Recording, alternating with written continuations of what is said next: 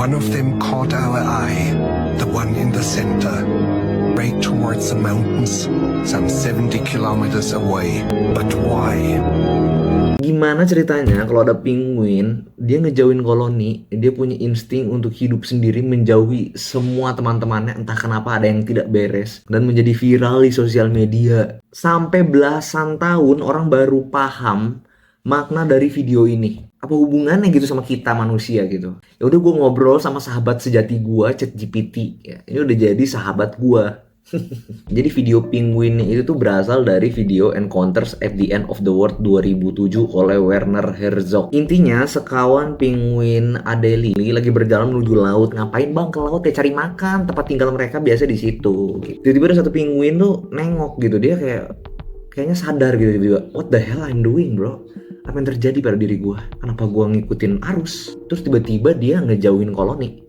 Dia ngedekati gunung, jalan mendekati gunung menuju tempat yang gak ada makanan. Intinya itu fatal bagi nih penguin. Dan endingnya kalau nggak salah dapat infonya penguinnya ya mati. Nah, menurut dokumenter sendiri menggambarkan jarak pegunungan itu bisa sekitar 70-80 km dari koloni. Jauhnya berarti di jalan 70-80 km tuh jalan kaki penguin. 70-80 km bagi penguin tuh langkah dia tuh kecil, jadi jauh. Video ini menjadi viral di pertengahan 2026 Januari. Intinya banyak yang nge-repost di TikTok sama Instagram, jadi ke-booming. Nah, tren ini tuh disebut dengan tren Lonely Penguin. Di situ juga dikasih tahu kalau dibawa kembali pun pasti dia tetap bakal jalan ke situ lagi. Sama orang-orang misalnya ditarik nih, ikutin koloni, tetap bakal ke situ, insting dia. Terus kenapa bisa kayak gini penguin? Ini penjelasan logisnya. Ada yang bilang karena penguin tuh punya GPS internal. Mereka tuh pakai posisi matahari, medan magnet bumi untuk bernavigasi. Mereka bisa ngerasain. Nah, tapi sensornya ini tuh rusak karena infeksi, luka dalam tubuh. Jadi ya dia jalannya ke gunung.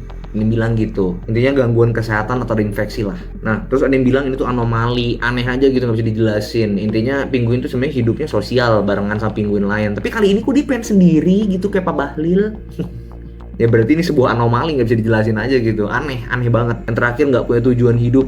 Intinya mungkin penguinnya tiba-tiba aneh aja gitu, nggak ada tujuan hidup. Soalnya survival penguin tuh nggak kayak gini, nggak hidup sendiri. Ini aneh. Jadi ya mungkin dia memang udah nggak punya insting untuk hidup. Terus kenapa nih video tuh bisa tiba-tiba viral sih? Aneh kan? Jadi viral karena dibikin suasananya jadi baru. Ini video lama yang diungkit kembali, dikasih background sound yang sedih. Nah, jadi keangkat viral, di repost orang, jadi viral banget bro. Terus ada yang juga dibikin jadi meme buat nyindir orang pakai video ini.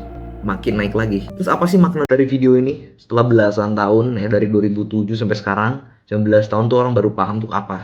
Ngikutin arus itu aman, tapi bukan jalan yang bikin lu bahagia.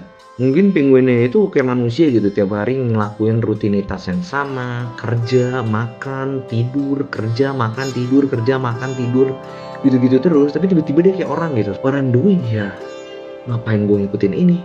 Gue harusnya kesana. Itu mimpi gue. Anjay. What am I doing with my life?